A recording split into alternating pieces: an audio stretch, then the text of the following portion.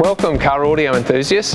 Today I'd like to talk about the Old School SPL Challenge. Now this is an initiative from Derek Williston and Hi-Fi Vega over at 12 Volt Talk, and for those of you that listen to the podcast and watch the YouTube channel, you know that occasionally I appear on 12 Volt Talk.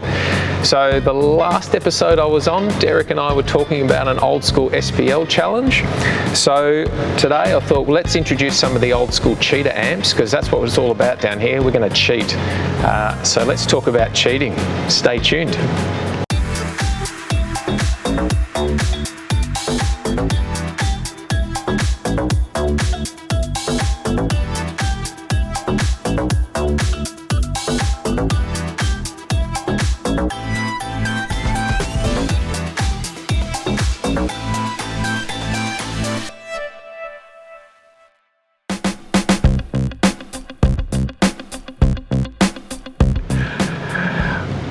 So we're all about cheating at Old School Car Audio.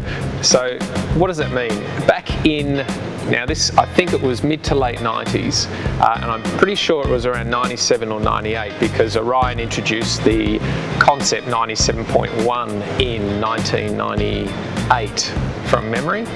And it's where the USAC and IASCA rules basically relied on the manufacturer to specify the power rating of the amplifier, and it was whatever the manufacturer said the amplifier was at 4 ohms was the power class it was in. And so Orion, this was one of the key ones, the Orion 225 HCA. Now this amp was stable at 1 ohm, could go to half an ohm. At half an ohm it would do 400 watts. But its power rating at 4 ohms was only 25 watts. So basically Orion came up with this idea of the Concept 97.3 amplifier. And the Concept 97.3 is effectively, it's a 2250, the Orion 2250, the Beast, which really does about 800 watts at 4 ohms. Now, if you really want to, there is a couple of amp dynos on that amplifier. You can check that out on Old School Stereo's YouTube channel. But call it 800 watts for the sake of a conversation at 4 ohm mono. Yet Orion rated this amp at 0.5 watts per channel at 4 ohms. So if I use a few of these amplifiers on some old school subs, I should be in good business for an Old School SPL Challenge. A couple of the other cheater amps I've got is the, this is great, this is a lovely US amps. This is the 100HC. Now the 100HC, this can go down to about half an ohm. At half an ohm it'll do 800 watts from memory. I'll have to look in the manual, but I'm pretty sure it's 800 watts at half an ohm, but at 4 ohms it's rated at 100 watts. So we could use some of those. I've got 3 of these, so that would put us into the sort of 300 watt category. But I'm liking the idea of some Concept 97.3s. I could put 4 of those in the cube. So that's 4 at half, that's about 2 watts of power according to the rules. So let me tell you about the rules. I've written them out here, and I'll just read them out briefly, but you can find these on the Old School Car Audio Facebook group and the Old School Car Audio Facebook page. So effectively you can use any subs that you want. My advice would be pick some old school subs, and we'll go through that in a minute. I'll show you what we've got. And the reason being is they don't take a lot of power to move them. You might struggle trying to use some old school amps on a subwoofer that needs at least 1,000 or 1,500 watts to actually get it to move. So you can any type of subs, as many as you want. That came out of any year, so that's the other. All classes will be divided by manufacturer's 4 ohm stereo rating. So again, it's what the manufacturer rated the amplifier at 4 ohms. SPL measurements, your typical SPL lab, term lab, that kind of equipment. Now, we're available here for those in Australia. If you're in Melbourne, let's make a time. We will be able to meter your cars officially, or you can use your own meters and post it up on the website. All measurements must be taken on the dash, and the doors must be closed and everything sealed. All subs must be behind the B pillar. Any enclosure that is closer than 12 inches from the lowest point of the headliner will be considered a wall. So I'm thinking about the cube, so I will go 11.99 inches from the roof with my box. because like I said, we're all about cheating.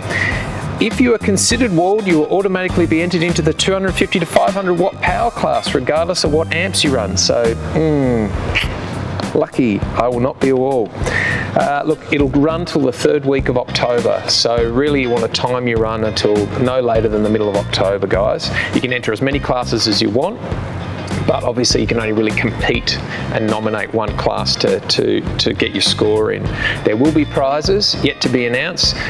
You can check it out on the 12 Volt Talk YouTube channel, 12 Volt Talk Facebook, Old School Car Audio Facebook, Old School Car Audio YouTube will kind of be working together on this one, guys. All scores, post them up in your video format on the page, share them to our page. Yeah, that's it, nice and simple. So let's have a look at some of the subs. I've pulled out my favourites. I may use the Godfathers. I've got a bunch of 10s, I've got a whole bunch of 15s and 12s yet to be decided. What we're going to do shortly is I'm going to open up the back of the cube and start measuring it out, and then I'm going to design a box. So once I get the space I can use, I'll then drive that back down to box size, and then I can work out how many subs, what type, and then that'll drive how many amplifiers I'm going to use. There's a little bit to do. So the other ones I was thinking of was the Earthquake HP 15. So I've got 10 of those we could squeeze in. I'm not going to have time to make it pretty. It'll be a pretty quick and dirty box installation, whole bunch of batteries, put the amps in and just get a score. But I'm thinking I also might use the Orion XTR 3 12-inch subs I have, and they're up on the pallet over there. It'd be nice to keep it all Orion. So if you're going old school, the other thing you need to know, caps. You've got to have caps. We all know that modern battery technology today has kind of replaced the need for old school capacitors, but I kind of like the idea of having a couple of caps just for the sake of having them, because it's old school and we love it. So I might go over and measure up the cube and see what kind of box we're going to get in. I don't think the box will be anything fancy. We're on the clock to obviously get this done, so is everyone else. So make sure you guys get into your box builds, post it up what you're doing, share it on the Facebook page. Let's go and start measuring.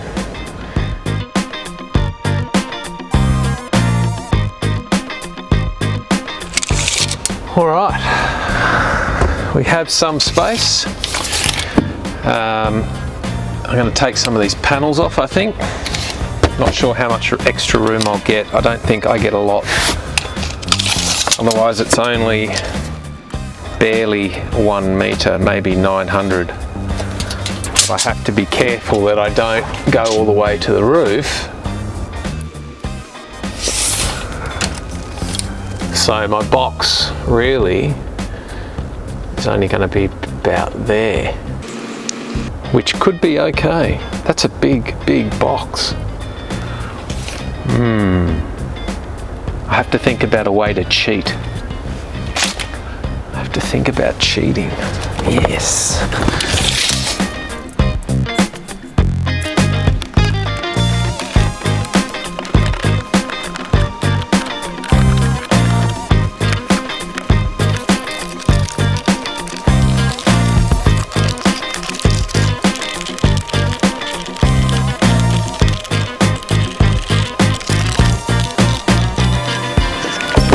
Okay, we don't get a lot of room by taking that panel off, but we can at least get a box to be hard up against here. There are also some threaded inserts right into the chassis through here. There's quite a few actually into the chassis, so we'll be able to mount.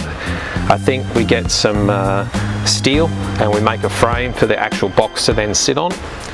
And then we basically are going to get a box to literally just slide in and sit down.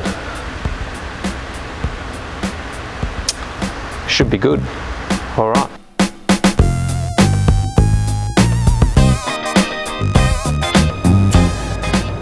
I am thinking either a lot of subs in a sealed box, or maybe a 7th order or a 5th order enclosure with a bunch of HP 15s. That could be tricky. But I like the idea of lots and lots of subs for no other reason than there's no replacement for displacement. And on that note, Thanks for watching. Stay tuned, guys.